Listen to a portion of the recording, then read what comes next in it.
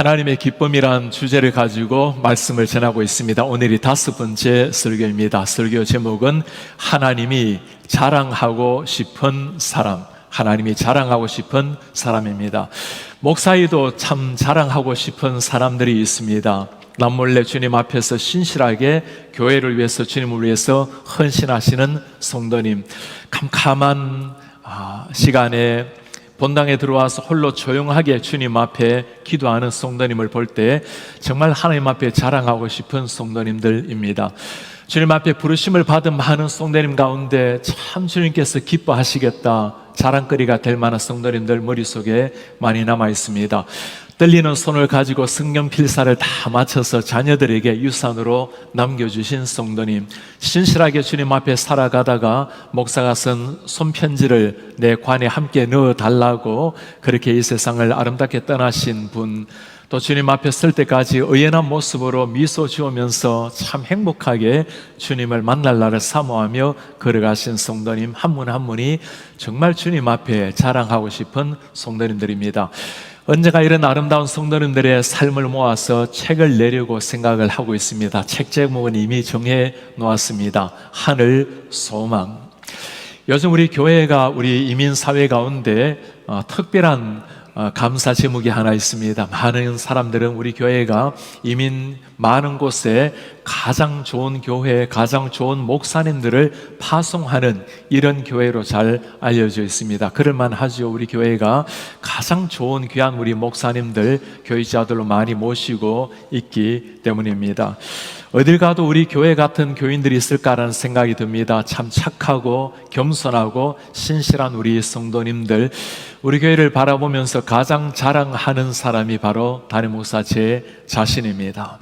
사람이 보기에도 참 자랑스러운 사람들, 우리 하나님께서 우리를 바라보실 때 정말 자랑하고 싶은 사람들이 있습니다. 오늘 본문에 특별히 한 사람 소개를 합니다. 욥이라는 사람입니다. 하나님께서 오늘 욥을 누구에게 자랑하는가 살펴보면 참 놀랍습니다. 사탄에게 자랑하고 계시는 하나님. 어느 정도 된 사람이기에 사탄에게까지 이렇게 자랑하고 싶은 마음이 들까요? 오늘 어떻게 주님이 소개를 하고 있습니까? 여호와께서 사탄에게 이르시되 내가 내 종 욥을 주의하여 보았느냐? 그와 같이 온전하고 정직하여 하나님을 경외하며 악에서 떠난 자는 세상에 없느니라. 내 종 욥을 잘 보았느냐? 너무나 기쁘게 욥을 소개하고 계시는 우리 하나님. 오늘 의문이 하나 먼저 듭니다. 어떻게 하나님이 지금 사탄하고 대화를 하고 있을까? 사탄이든 천사든 모두가 다 하나님 앞에 피조물이라는 것을 보여주고 있습니다. 하나님이 사탄 앞에 자랑하고 싶을 정도의 욥, 그는 어떤 사람일까요? 오늘 저자가 욥을 1절에 이렇게 소개를 합니다. 우스 땅에 욥이라 불리는 사람이 있었는데 그 사람은 온전하고 정직하여 하나님을 경외하며 악에서 떠난 자라. 오늘 우스 땅의 욥이라는 사람 이름이 끝나자마자 하나님께서는 그에 대해서 온전하고 정직하고 경외하고 악에서 떠난 자라, 하나님의 자랑이 시작이 되는 겁니다. 사실 우리가 욥이라는 이름을 생각하면 먼저 떠오르는 단어는 이런 자랑거리가 아니라 고난이라는 이름입니다. 이렇게 하나님 앞에 너무나 귀하게 칭찬받을 만한 이런 사람이 이 엄청난 고난을 받고 있는 욥, 그걸 과연 우리가 어떻게 해석을 해야 될 것인가? 욥뿐이겠습니까? 하나님 앞에 믿음으로 경건하게 잘 사는 많은 사람들 가운데 이유를 알 수 없는, 구체적인 뜻을 알 수 없는 고난을 겪는 사람이 얼마나 많이 있습니까? 오늘 욥의 스토리는 이전의 고대 욥의 스토리뿐만 아니라 우리 모두에게 들려주시는 하나님의 말씀입니다. 욥이라는 그 이름을 생각할 때 더욱더 선명하게 알 수 있습니다. 욥이라는 이름은 다양하게 번역이 되고 있습니다. 히브리어로 야콥이라는 이 욥의 이름은 고난받는 자라는 이름입니다. 욥의 고난을 생각하면 그의 이름에 합당한 이름이겠죠. 아랍어로 욥이라는 이름은 뉘우치는 자, 돌아오는 자라는 의미입니다. 욥이 하나님을 만나고 난 다음에 진심으로 주님 앞에 회개하고 돌아서는 것을 가리키는 이름이겠죠. 최근에 학자들은 욥을 연구하면서 욥의 이름에 대해서 새로운 것을 발견을 합니다. 고대 약 한 BC 2000년 정도 전에 이 욥이라는 이름은 굉장히 많은 사람에게 알려졌던, 많은 사람이 흔하게 사용했던 이름이었습니다. 그 의미는 너의 아버지는 지금 어디에 있는가? 이때 아버지라는 이름 대신 하나님이란 이름을 넣어보면 욥의 상황이 이해가 될 것입니다. 하나님, 이 수많은 고난 가운데 하나님 당신은 어디에 계십니까? 욥의 이 이름이 주는 것은 누구라도 이런 경험을 다 해봤을 겁니다. 하나님 앞에 고난을 당해본 사람, 뉘우치고 돌아온 사람, 그리고 내가 이 수많은 칠흑 같은 고난을 당할 때 하나님은 어디에 계셨습니까? 누구에게라도 해당될 수 있는 욥이라는 이름, 바로 고대의 욥의 스토리이지만 하나님께서 오늘날 우리에게 들려주는 이름이라고 말할 수 있습니다. 하나님께서 자랑하시고 너무나 기쁨을 주고 있는 이런 욥, 그 기쁨의 내용이 구체적으로 무엇인지를 한번 보도록 할까요? 욥의 삶은 온전했고 정직했고 악에서 떠났고 하나님을 경외하는 사람이었습니다. 한 가지 이런 성품을 가지기도 쉽지 않은데 이 네 가지를 다 가지고 하나님 앞에 서 있었던 사람, 특별한 사람이었죠. 그가 온전한 사람이라는 것, 이 온전한이라는 히브리어 단어는 탐이라는 단어를 사용합니다. 이 탐이라는 단어는 탐밈이라고도 사용되는데, 노아를 두고 말할 때, 노아는 당시 때 온전한 사람이라, 완전한 사람이라 말할 때 탐밈이라는 단어를 사용합니다. 전혀 죄가 없는, 율법 앞에 죄가 하나도 없다라는 의미가 아니라 하나님 앞에 경건하게 살려고 노력했던, 그리고 하나님이 그를 바라보실 때 너무나 귀하게 온전한 사람으로 바라보실 때 사용되는 단어입니다. 정직하다는 단어, 히브리어로 야샬이라는 단어를 사용하는데, 이 단어는 하나님과의 관계가 사람에게 관계로 나타낼 때 사용되는 단어입니다. 그러니 하나님 앞에 살아간 그 모습으로 사람에게도 살아갔던, 하나님에게도 인정을 받았지만 사람에게도 인정을 받았던 사람, 악에서 떠난 사람, 그리고 이 모든 것을 가능하게 했던 가장 중요한 이유, 하나님 앞에 살아간, 하나님을 경외했던 사람, 코람데오의 삶을 매일 살아내었던 사람, 그가 바로 욥이라는 사람입니다. 하나님께서 욥을 얼마나 좋아하셨는지 에스겔 말씀에 보면 욥을 이렇게 설명을 해놓았습니다. 비록 노아, 다니엘, 욥, 이 세 사람이 거기에 있을지라도 지금 이스라엘 백성들이 패역하고 심판받았을 때였습니다. 그들은 자기의 공의로 자기의 생명만 건지리라, 모두가 다 심판당할 때 그래도 노아와 다니엘과 욥을 생각하고 계시는 우리 하나님, 욥의 수준이 이 정도라는 그런 말이죠.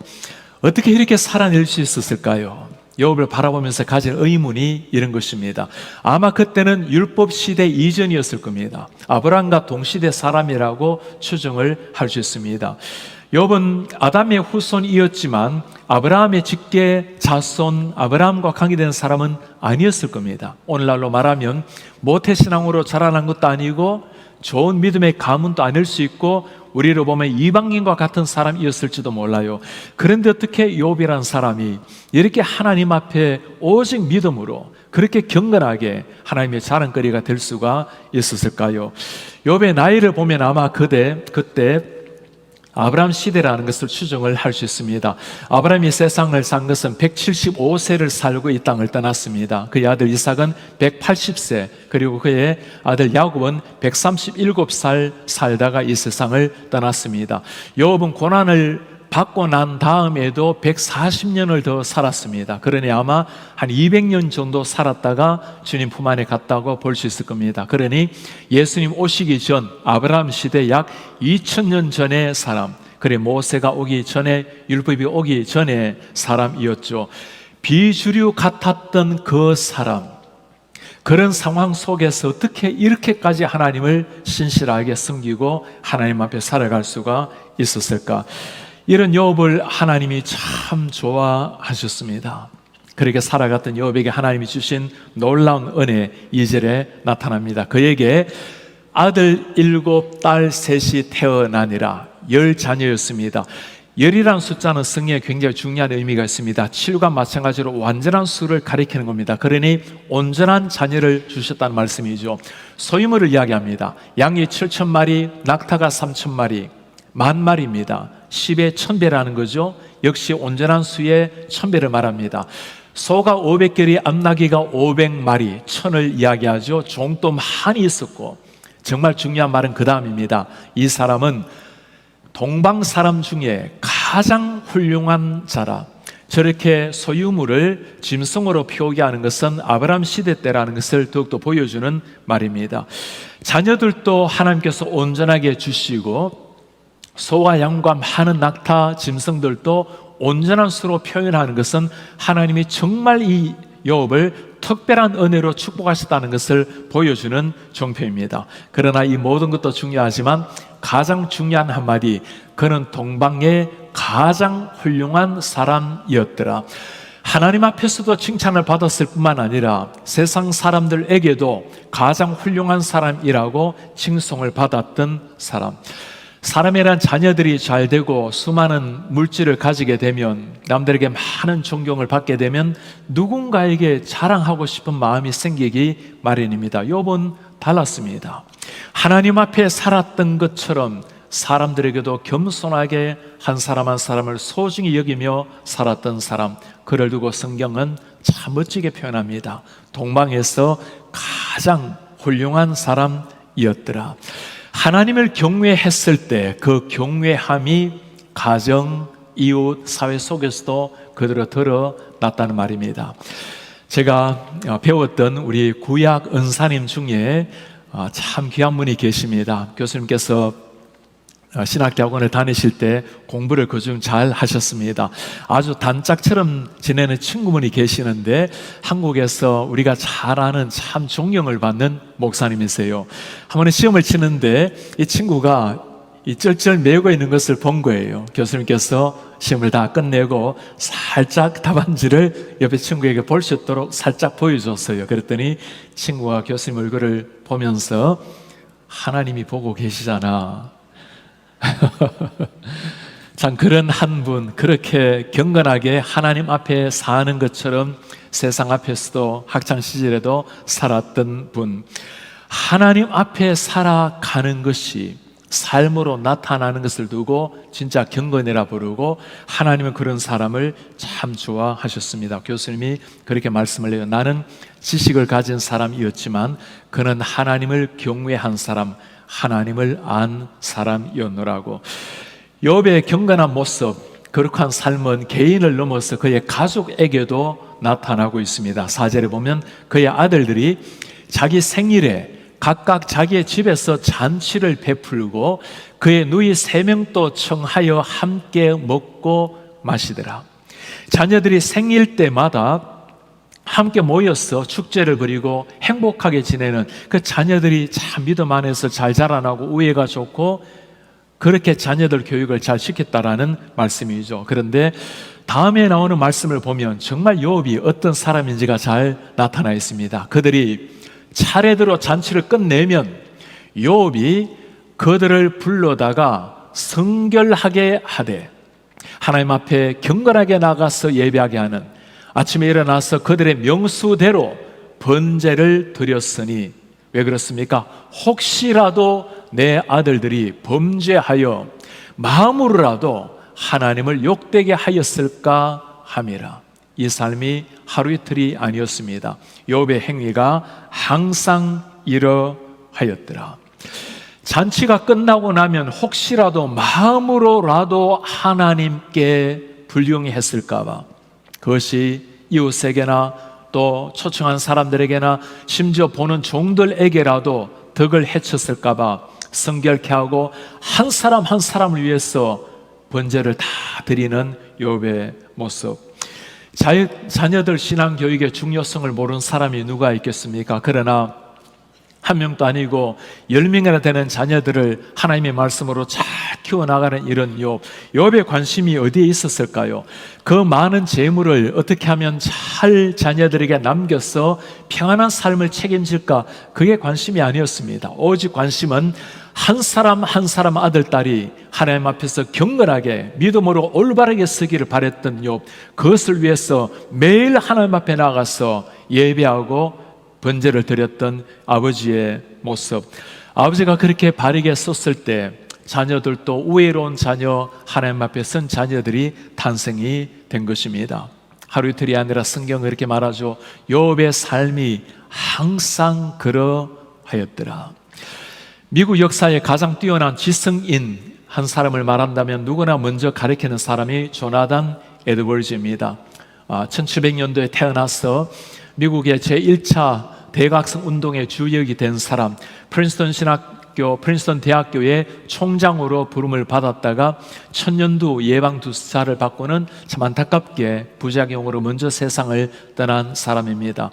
그의 아버지는 티모티 에드워즈 회중교회 목사님이셨습니다. 누님이 4이 있었고 아래로 여동생 6이 있었습니다.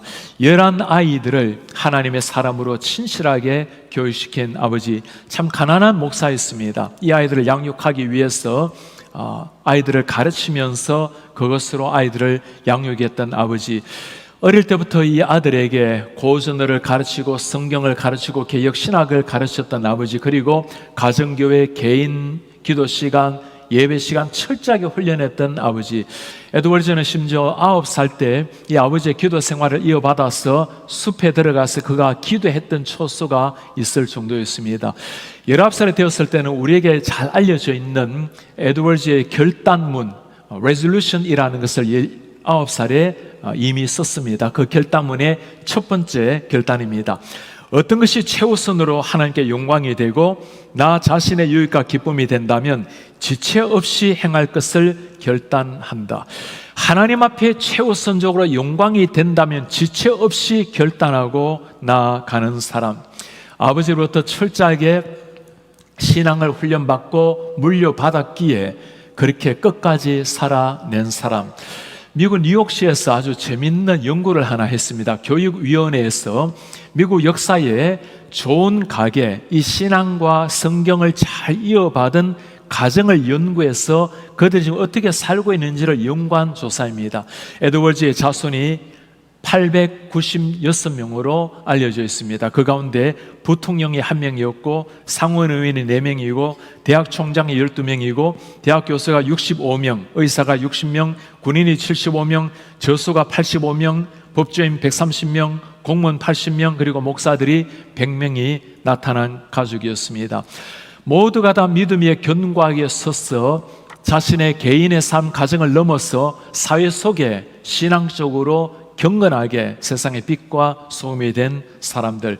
한 사람이 주님 앞에 견고하게 서고 자녀들을 그 말씀으로 신앙으로 양육을 했을 때 세상을 변화시킨 참 좋은 이런 가문이 형성이 된 것입니다. 가정의 달 이제 5월 마지막 제주를 맞이했습니다. 우리 성도님들, 부모님이 견고하게 설 때, 부모님이 믿음 위에 하나님을 경외하는 사람으로 설 때 그런 가족, 그런 가문이 탄생이 되는 겁니다. 욥 한 사람뿐만 아니라 그로 말미암아 아름다웠던 가족들이 탄생된 이야기. 오늘 이 욥을 바라보면서 하나님은 참 기뻐하셨습니다. 좋아하셨습니다. 그러나 우리가 이 욥 스토리가 여기서 끝이 나면 얼마나 좋겠습니까? 욥의 스토리는 총 42장으로 되어 있습니다. 12절까지 오늘 읽고 난 다음에 13절로 넘어가게 되면 그때부터 계속해서 욥의 고난의 스토리가 나옵니다. 어떻게 이렇게 경건하게 살아간 사람, 하나님이 바라보시고도 자랑하고 싶은 사람인데 어떻게 그에게 이런 고난이 닥치게 될 것인가?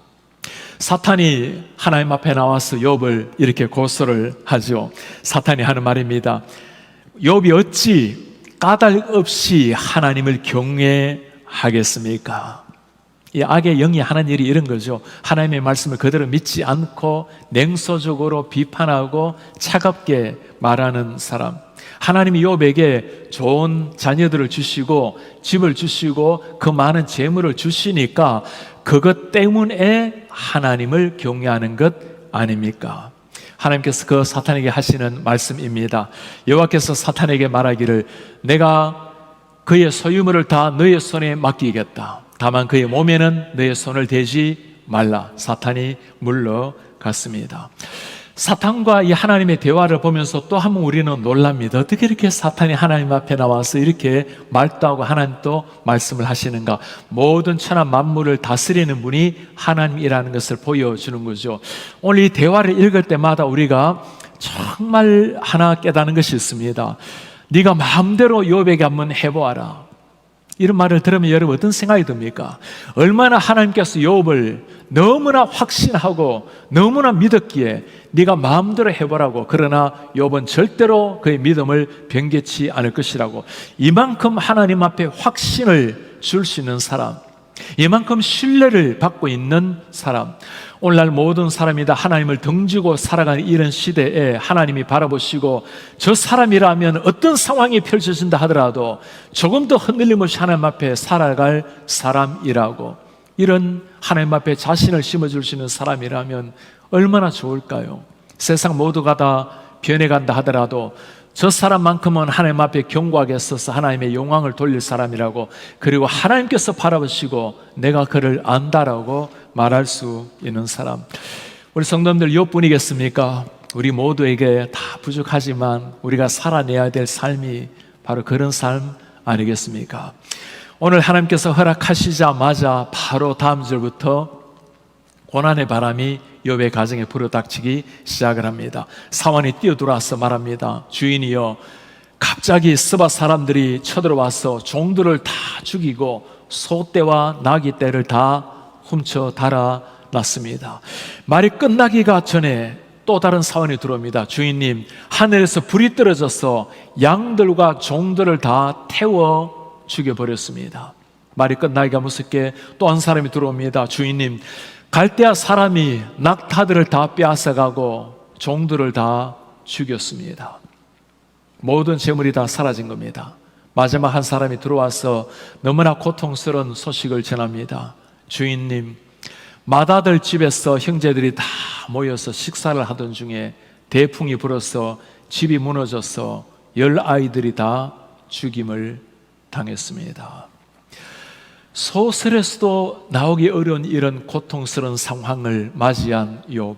모든 재물이 다 사라지고 재물은 사라질지라도 모든 자녀들이 한순간에 죽임을 당한 이런 모습. 그렇게 사랑했던 욥 아닙니까? 하나님의 자랑거리가 되었던, 너무나 기쁨을 주었던 욥. 우리 이런 일을 허락하시는 하나님을 그려보면서 지금 하나님의 그 얼굴빛이 어떤지, 하나님의 얼굴 표정이 어떤지 여러분 한번 상상해 보세요. 하나님이 지금 엄한 무서운 얼굴을 가지고 계실까요? 그게 아닙니다. 욥이 이 어려운 상황을, 이 고난을 어떻게 이겨낼까? 이겨내야 되는데 노심초 사시면서 이겨내기를 간절히 바라고 있는 우리 하나님의 그 얼굴 모습이 보이십니까? 욥이 당신의 몸에, 온 몸에 헌대가 나서 기와장을 가지고 벅벅 긁고 있을 때 하나님의 눈에는 피눈물이 흐르고 있는 그 눈물이 눈에 보이십니까? 이 시험을 이겨내야 될 텐데 반드시 이겨내기를 바라고 있는 우리 하나님의 마음. 우리 모습도 마찬가지죠. 우리가 때로는 고난 중에, 알 수 없는 고난 중에 들어가 있을 때 우리 하나님의 마음이 이겁니다. 이겨내야 될 텐데, 일어나야 될 텐데 내가 너와 함께 한다고 홀로가 아니라고 주님이 말씀하고 계시는 것 같지 않습니까? 이분이 우리 주님이세요. 이 고난 속에 욥의 세 친구가 찾아왔습니다. 그들이 욥에게 하는 말이죠. 욥, 너의 모습을 가만히 보니, 이렇게 엄청난 고난을 겪고 있는 것을 보니 뭔가 네가 잘못한 것이 있는 것 같은데 그 잘못한 것을 하나님 앞에 회개하라고. 세 친구는 욥을 잘못 본 겁니다. 욥이 하나님 앞에 비록 죄인을 할지라도 그렇게 회개할 만한 죄를 저지른 것은 아니었습니다.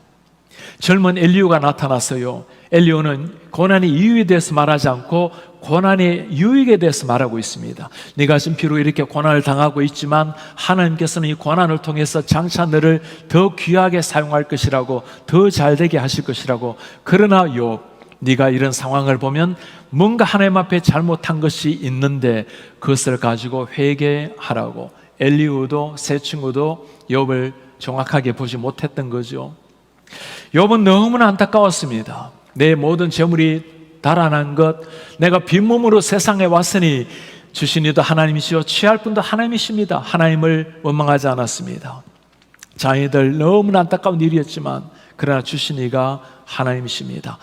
그러나 주님, 왜 그런지는 알아야 되겠습니다. 왜 이런 일이 일어나는지는 알아야 하겠습니다. 그 답답해하는 욥에게 하나님이 나타나셨습니다. 그리고 긴 하나님 이야기가 펼쳐집니다.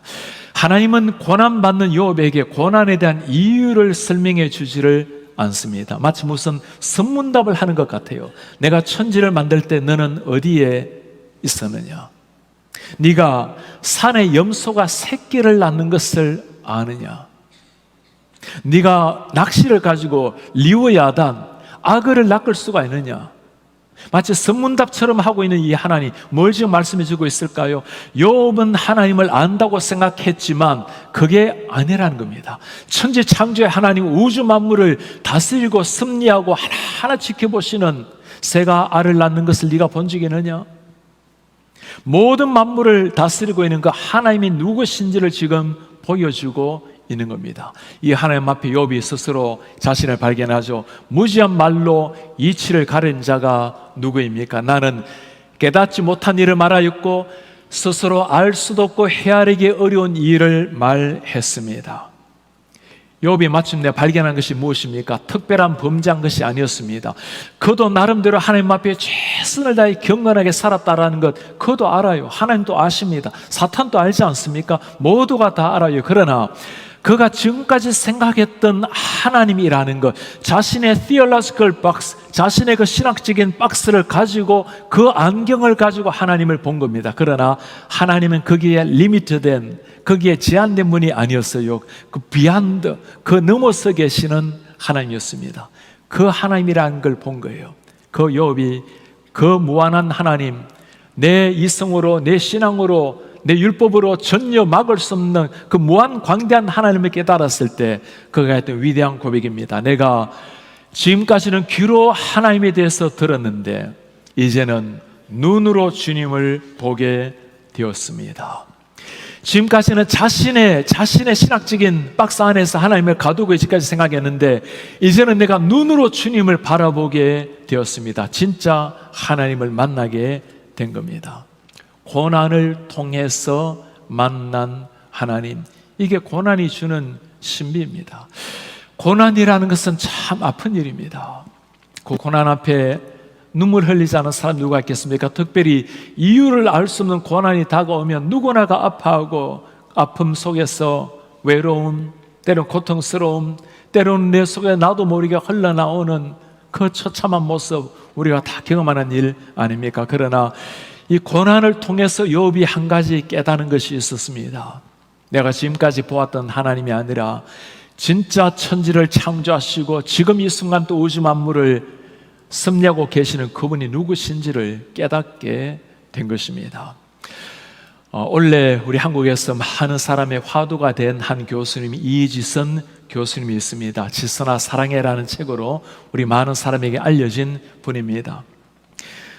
대학교 4학년 때 2000년도 7월에 도서관에서 나오다가 차를 타고 오는 길에 음주운전자에게 충돌 사고를 당해서 참 끔찍한 사고를 당했습니다. 전신 55%가 불에 타게 되었고 3도 화상을 입게 되었습니다. 30번 넘는 수술을 거쳐야만 했고 손가락 8개를 마디를 잃고 7달 만에 집으로 돌아오게 되었습니다. 사고가 나기 전과 사고 난 이후의 모습은 정말 너무너무 안타까운 모습이 된 겁니다. 그렇게도 신앙이 좋았던 청년이었습니다. 이제는 수면제를 먹어야 잠을 잘 수 있고 몇 번이나 자살을 생각해야만 하는 안타까운 잠이었습니다.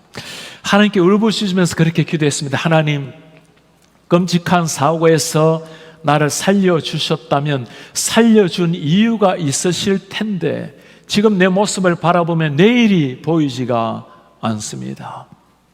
교회를 갔을 때 목사님께서 기도하는 가운데 하나님께서 두 가지 약속을 하신다고 전해주었습니다. 하나는 내가 반드시 너를 세상에 다시금 세우리라. 두 번째는 너의 삶을 통해서 힘들고 병들고 약한 자들에게 희망의 메시지가 되게 하리라. 도저히 믿을 수 없는 말이었지만 그러나 그렇게 하나님이 말씀하신다면 그 하나님의 말씀이라면 그렇게 할 수 있다는 믿음이 생기게 되었어요. 2004년도에 보스턴 대학교 유학을 했고 콜롬비아 대학원에서 사회복지학을 공부했습니다. UCLA에서 박사 공부를 마치고 한국의 한동대학교의 교수가 되었어요. 그리고 올해 3월에 졸업했던 학교 이화여자대학교의 교수가 되었습니다. 사고가 난 지 23년 만의 일이었습니다.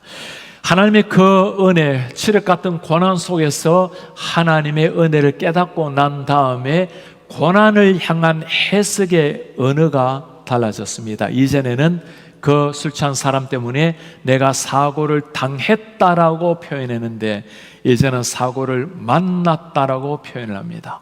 하나님이 허락하셨기에 사고를 만나게 된 것입니다. 그리고 그로 말미암아 이제까지 보았던 하나님, 귀로 들었던 하나님에서 눈으로 본 하나님을 만나게 되었습니다. 하나님을 정말 만나고 나니까 재난에 대한 고난에 대한 해석이 달라지게 된 것입니다. 고난이란 것은 참으로 고통스러운 일입니다. 누구든지 욥의 고난을 당해낼 사람이 누가 있겠습니까? 특히 이유를 알기 어려운 고난을 당하게 될 때 너무나 안타까운 이런 상황을 맞이하게 될 때 그 고통스러운 아픔 속에서 우리가 생각해야 될 것이 있습니다. 그게 예수님의 십자가입니다. 십자가를 무엇으로 설명하겠습니까? 하나님께서 당신의 그 아들을 죄인을 위해서 세상에 보내시고 나 같은 죄인을 위해서 희생시켰다는 사실을 무엇으로 설명을 하겠어요? 아무것도 이해되지 않을 때, 무엇으로도 납득되지 않을 때 우리의 고난, 우리의 문제를 주님의 십자가 앞에 내려놓으시기 바랍니다. 그때 자식을 십자가에 못 박는 그 아버지의 고통스러운 눈물을, 그 얼굴 표정을 바라보게 될 때 나를 사랑하시는 하나님, 여전히 고난 속에서도 나에게 다가오시는 하나님의 심장 소리를 듣게 될 것입니다. 오늘 우리는 하나님 앞에 아름답게 살아갔던 한 사람, 참 믿음으로 하나님의 자랑거리가 되었던, 기쁨이 되었던 한 사람 욥의 스토리를 보았습니다. 자신뿐만이 아니었습니다. 자신의 자녀들도 말씀으로 잘 키워내었던, 세상 사람들에게도 칭송을 한 몸에 받았던 욥의 스토리였습니다. 그러나 그에게도 고난이 비켜가지는 않았습니다.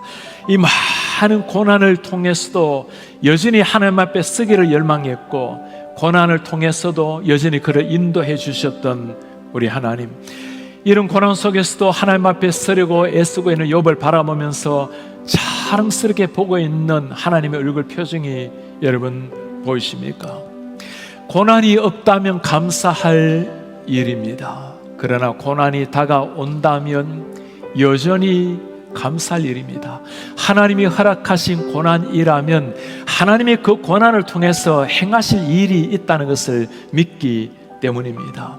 고난이 다가올 때 욥처럼 잘 이겨내는 사람도 있을 것입니다. 때로는 베드로처럼 무너진 사람도 있겠죠. 우리 같은 연약한 사람이라면 고난이 다가올 때 몇 번이나 넘어지지 않겠습니까?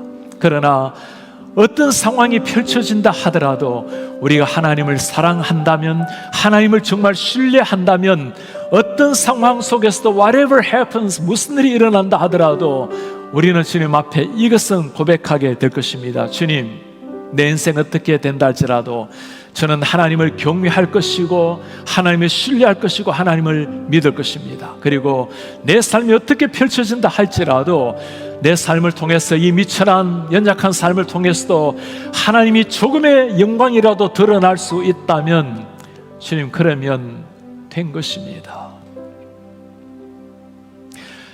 오늘 고난 전에 하나님께서 욥을 바라보면서 사탄에게 자랑하고 싶었던 욥이었습니다. 고난 이후에는 오늘날 우리에게도 전 세계 모든 인류 모든 사람에게도 자랑하고 싶은 사람, 그런 욥이 탄생이 된 것입니다. 오늘 하나님께서 사탄에게 자랑하고 싶었던 한 사람, 너무나 자랑스럽게 여겼던 그 한 사람, 오늘 이 시대에도 주님이 찾고 계십니다. 누구나 욥처럼 살아날 자신 없겠죠. 그러나 매일매 순간 하나님 앞에 나아가서 하나님을 경외하며 하나님을 사랑하고 사모하는 마음으로 주님 앞에 서는 사람, 그리고 주님 앞에 언제나 무릎을 꿇고 저에게 긍휼을 더해 주십시오 기도하며 나아가는 사람, 하나님의 마음을 시원하게 해주는 이런 사람, 그렇게 멋지게 살다가 우리 주님 앞에 서시는 이런 하나님의 사람들 되시기를 주의 이름으로 축복합니다.